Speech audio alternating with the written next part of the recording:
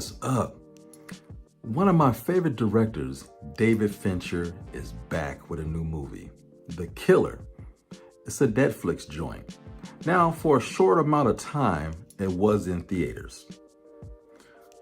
David Fincher knows how to light a movie. He knows how to frame a movie. He is one of the best. He's a very patient director, and he does lots and lots and lots and lots of takes.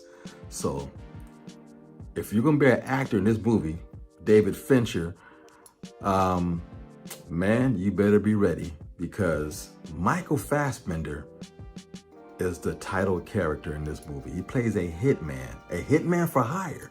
Now, one thing you have to understand in life, when you buy a house, you gotta get house insurance for floods and fires. When you own a car, if you're smart, you'll get car insurance in case shit happens.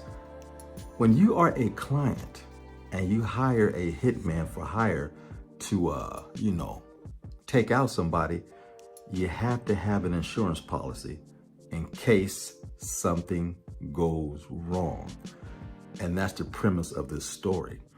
Michael Fassbender, when the movie comes on, he's doing a narration. And right up my alley, I love movies with a narration because it reminds me of the old joints, the noir detective type movies. And he has a great voice. He's long-winded for a reason. Pay attention to what he's saying. He sounds very capable. He sounds like he's a professional, like he knows what he's doing. He's batting 1,000. He's bragging about how good he is. Oops. He makes a mistake.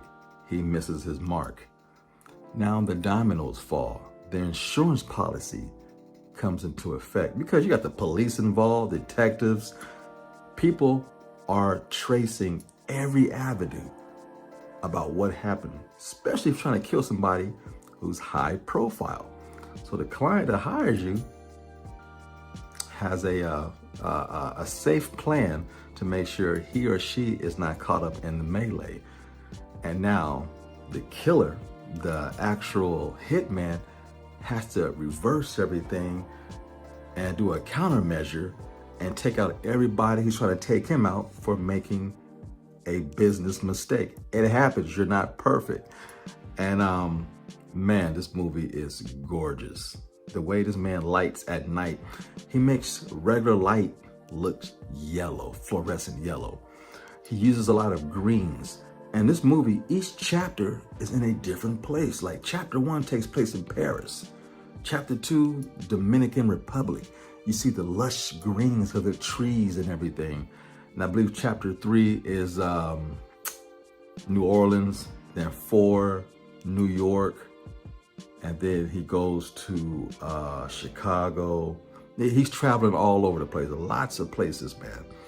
And Michael Fassbender has always been one of my actors that I kept an eye on. He's a good guy, has a great physique, and the patience of being a loner when you are a hitman. You exercise, you sleep, you always have to be alert, and everything has to be with precision. And this movie takes you on trips through the airports, the renting of car services and things like that. And this man is meticulous, and you can't trust anybody. Stick to the plan. That's what he does. He does exactly what he taught himself to do, that he plays over and over in his head. And speaking of playing things over and over in your head, he listens to music when he's vibing out, getting ready to kill somebody. He likes to listen to the Smiths. I thought that was really cool.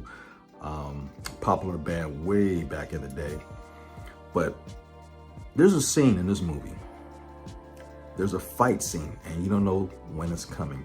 But when it happens, this fight is brutal, bloody, realistic, gritty, grimy.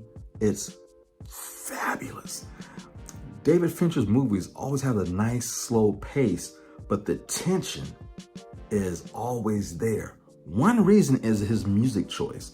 The music he finds is like the most weirdest sounds and beats and instruments collaborating to make this eerie, uncomfortable music.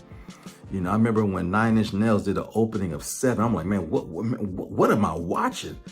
That's what David Fincher does. And speaking of intros, I always love the opening of his movies because they're very, very unique, the dude is just fabulous behind the camera. But Michael Fassbender, he can never get a break in Hollywood.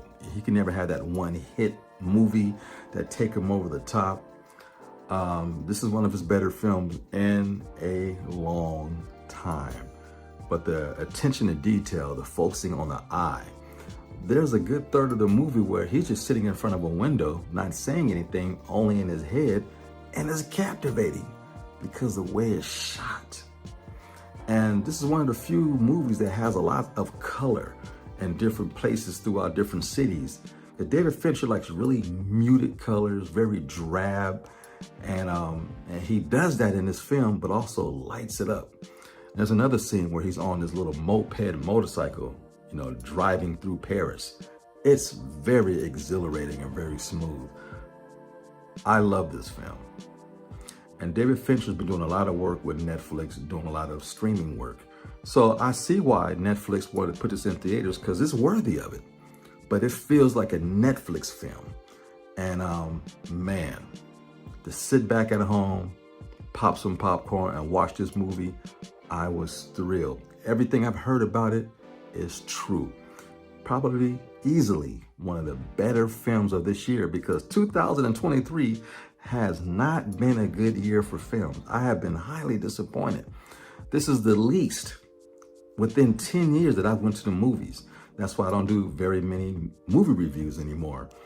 And the popular movies that everybody else is doing, I just don't have nothing to say that hasn't been said already. I'm not gonna watch the Marvels until it comes on Disney Plus.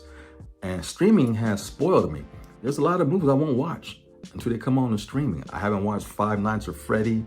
There's a lot of popular movies that I haven't watched. I will watch them later. I've yet to see Barbie, Oppenheimer. Hey, when they come on streaming, I'll watch them then. But I'm glad this was out a couple of weeks ago. I'm able to watch it now on Netflix. This is a worthy watch. I enjoyed every minute of this movie. And watching a real director at work at his craft, doing things that he does best. David Fincher is one of the best. And yes, I like his first film, Alien 3. The script was bad, but the direction was, it was great. David Fincher, keep doing what you're doing, brother. I got your back. Love it. Until the next time, be sure to like, share, subscribe, and tell all your friends. And more importantly, leave your comments down below. I'm out. Peace. You know the routine. Fade to black.